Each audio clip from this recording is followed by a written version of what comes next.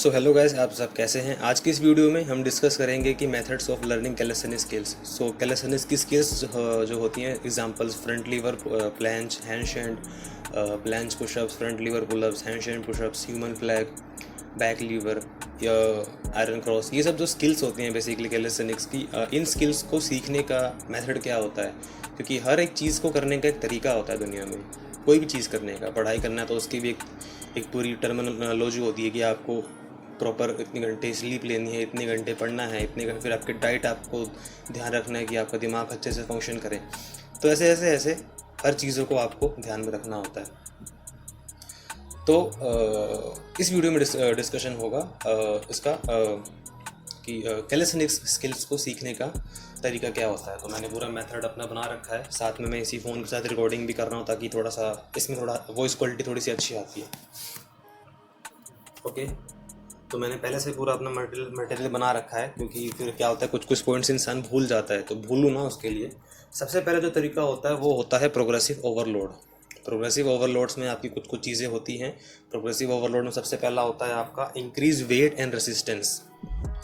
तो increase wait and resistance, तो examples के लिए आपके फॉर एग्जांपल पुशअप्स,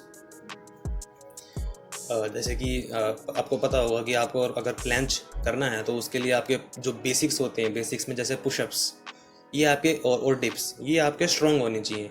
बट अगर आप वेट्स या रेजिस्टेंस, एग्जांपल के लिए आप वेटेड पुशअप्स करते हैं, तो आपका जो प्लैंच का बेस है वो और स्ट्रॉन्ग हो जाएगा। क्यों होगा? क्योंकि भाई वेट्स ऐड करने से क्या होता है, हमारी मसल्स को एक तरीके से ओवरलोड होता है और वो मसल्स अडेप्ट कर जाती है उस वेट के अकॉर्डिंग।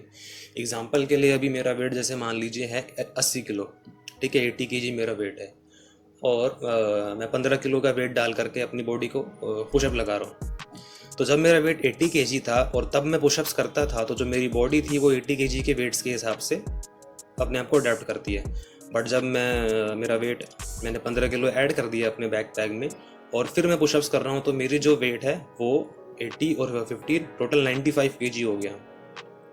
तो अब जो मेरी बॉडी अडेप्ट करेगी वो 95 kg के हिसाब से अडेप्ट करेगी।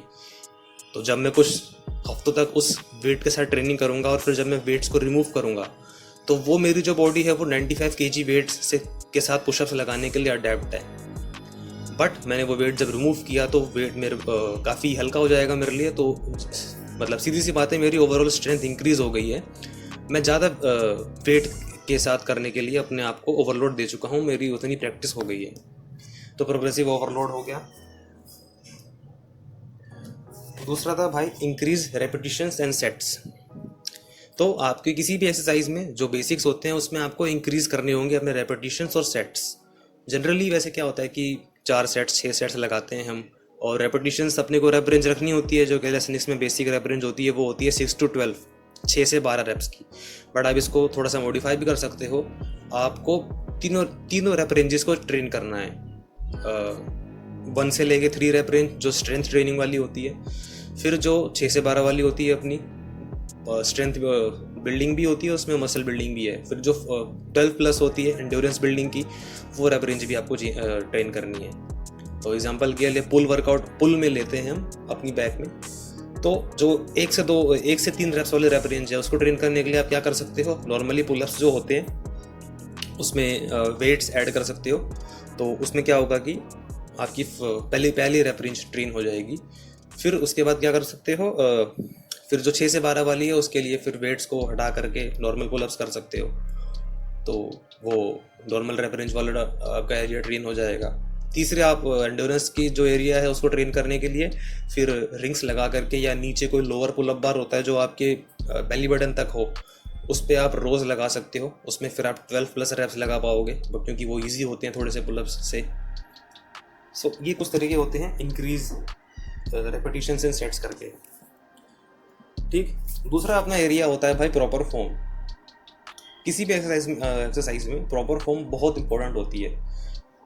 आपने जैसे देखा होगा कुछ ऐसे स्पोर्ट्स होते हैं जिसमें प्रॉपर फॉर्म का ध्यान नहीं रखा जाता है। मैं भूल गया उसके बारे में, जिसमें किकअप वाले पुलअप्स करते हैं, आपने देखा होगा। तो उसमें क्या होता है, प्रॉपर फॉर्म में ध्यान रखते हैं। तो प्रॉपर फॉर्म अपने को ध्यान रखनी है। सबसे पहला उसमें है लर्न करेक्ट टेक्निक। तो प्रॉपर आपको टेक्निक पहले मालूम होनी चाहिए।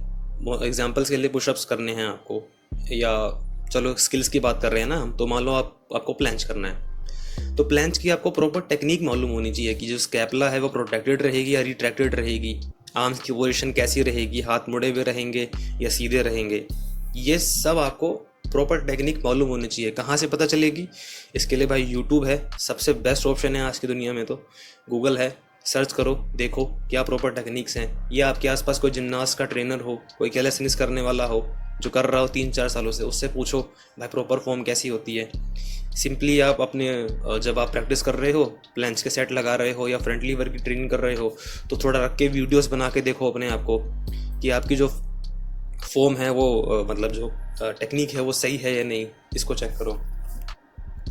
तो लर्न करेक्ट टेक्निक था पहले। दूसरा था focus on quality over quantity. तो अपने को क्वांटिटी पे फोकस तो करना है, बट उससे भी ज़्यादा फोकस अपने को क्वालिटी पे करना है।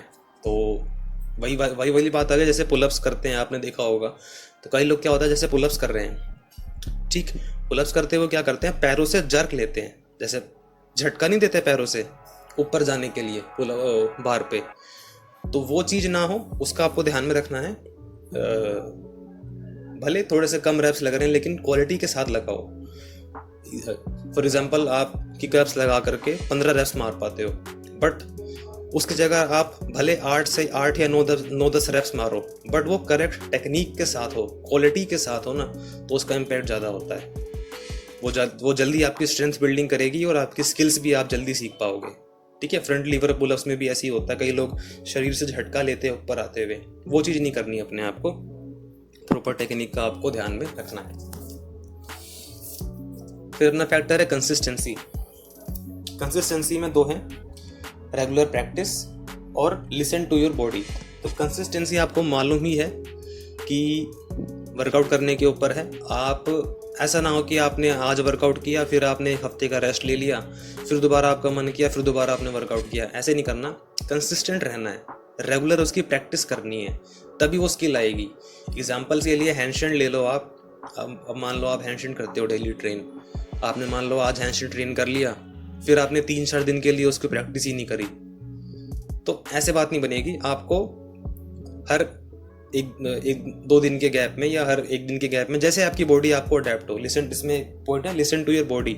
अपनी बॉडी को आपको सुनना है। सुनने का मतलब ये नहीं कि कान लगा के सुनना है, बस अब ऑब्जर्व करना है कि बॉडी में क्या चेंजेस आ रहे हैं। एग्जाम्पल, आपने आज ट्रेनिंग करी हैंडस्टैंड की, ठीक, या प्लैंच की, कोई भी मतलब स्किल की ट्रेनिंग करी, और अगले दिन आप चाहते हो कि मैं दोबारा उस स्किल की प्रैक्टिस करूं, तो अपनी बॉडी को पहले ऑब्जर्व करो कि मैंने जो कल ट्रेनिंग करी है उससे कहीं मुझे आज मसल्स पेन तो नहीं है। क्योंकि कई बार क्या होता है, ओवर ट्रेनिंग कर लेते हैं लोग। कंसिस्टेंसी का मतलब ओवर ट्रेनिंग करना नहीं होता, स्मार्ट ट्रेनिंग करनी है।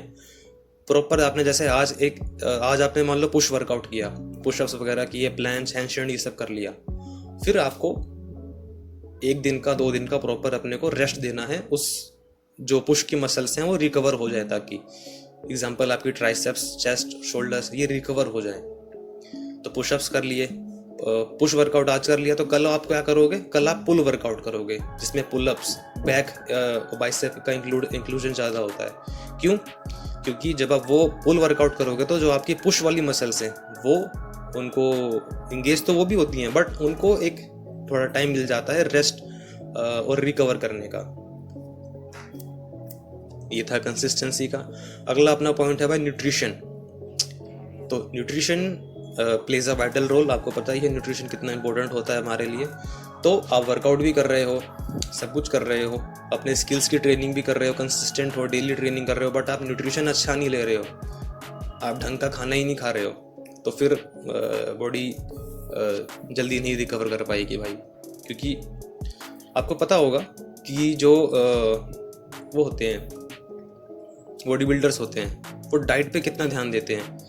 प्रोटीन्स, मैं ये नहीं कह रहा कि आप सप्लीमेंट्स लो एक्स्ट्रा और सप्लीमेंटेशन लेकर के ये सब कुछ करो, मैं ये नहीं कह रहा हूँ, बस हाँ, लेकिन ध्यान में रखो कि प्रॉपर न्यूट्रिशन हो, प्रॉपर आप खाना अपना डाइट लो, दूध, दही, घी, अपने इंडियन जो देसी डाइट होती है आपको मालूम है सबको, उसको आप लो। फिर एक ऑप्शन है इसमें, इसी में न्यूट्रिशन में है, स्टे हाइड्रेटेड। तो हाइड्रेटेड रहना है आपको हमेशा। पानी पीते रहना है। कई बार पानी की कमी हो जाती है, उससे भी बहुत सी प्रॉब्लम्स आती हैं बॉडी में, तो वो चीज़ें ना हो उसका आपको ध्यान में रखना है। फिर है आपका रेस्ट एंड रिकवरी। तो होता क्या है कि मतलब ट्रेनिंग सब लोग सही करते हैं, कंसिस्टेंट भी हैं। ओके, रेस्ट एंड रिकवरी, तो आपने प्रॉपर ट्रेनिंग भी कर ली, प्रॉपर आपने न्यूट्रिशन भी लिया, सब चीज़ बढ़िया है, लेकिन आप प्रॉपर रेस्ट नहीं ले रहे हो, रात को देर देर तक जग रहे हो और सुबह देर से उठ रहे हो, तो उसका भी कोई फ़ायदा नहीं होगा। प्रॉपर आपको रेस्ट लेना होगा। एटलीस्ट जो रिकमेंडेड स्लीप होती है 8 घंटे की, वो आपको लेनी है, और वो नेसेसिटी भी है, कंपलसरी भी है। हाँ, फिर एक्टिव रिकवरी, आपको वार्म अप, कूल डाउन, इसका प्रॉपर ध्यान में रखना है। आप डायरेक्टली किसी वर्कआउट, हैवी इंटेंसिटी वर्कआउट करके छोड़ दोगे तो उससे क्या होगा, लैक्टिक एसिड जमा हो जाता है बॉडी में, मसल्स में। तो थोड़ा सा स्ट्रेचिंग वगैरह करना, थोड़ा सा कूल डाउन, लास्ट में थोड़ी हल्की जिसमें कम स्ट्रेंथ लगती है वो वाली एक्सरसाइज करो, ताकि जो एकदम से एक्सरसाइज को छोड़ना नहीं है। आपने नोटिस किया होगा कि कई बार जैसे क्या होता है, जैसे बंदे लॉन्ग जंप लगाते हैं और कई बार क्या होता है वो गिर जाते हैं, तो उनको बोलते हैं कि आप तुरंत खड़े हो और तुरंत जंप करना स्टार्ट कर दो। क्यों? ताकि मूवमेंट मसल्स में होता रहे और जो लैक्टिक एसिड प्रोड्यूस हुआ एकदम से, जो जर्क आया उसमें वो ठीक हो जाए। फिर एक ऑप्शन हो रहा है भाई, ज्वाइन अ कम्युनिटी। आप एक कम्युनिटी ज्वाइन कर सकते हो जो आपको मोटिवेशन, क्योंकि क्या होता है, इंसान कई बार अकेले करते करते बहुत डीमोटिवेट हो जाता है और वो उसका मन होता है कि यार छोड़ो, करने का मन नहीं कर रहा। तो एक कम्युनिटी आप ज्वाइन कर सकते हो, या कोई अपना एक ग्रुप बना सकते हो ऐसा, जो वर्कआउट करने में इंटरेस्टेड हो। तो ऐसे 4-5 लोगों का आप ग्रुप बनाओ, या 2-3 लोगों का ग्रुप बनाओ, या बडी पेयर जो आपको लगे, जो कि मोटिवेटेड हैं और करना चाहता है ट्रेनिंग, तो ऐसे बंदों का ग्रुप बनाओ और अपना एक अलग से कोई जगह देखो, वहाँ पे अपनी प्रॉपर ट्रेनिंग करो। उससे क्या होगा, बहुत माइंड फोकस्ड रहेगा और आप डिस्ट्रैक्ट नहीं होंगे। बस ये कुछ चीज़ें थी, इन चीज़ों को आपको ध्यान में रखना है।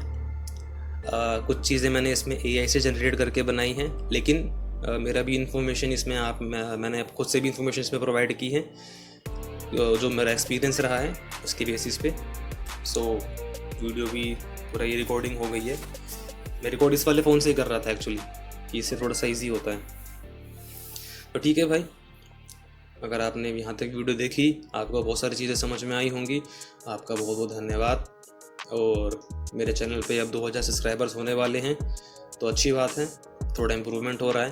तो आप सभी अपने आप को इम्प्रूव कीजिए, कैलिस्थेनिक्स में प्रोग्रेस कीजिए, और दैट्स इट। मिलते हैं अगली वीडियो में। All set.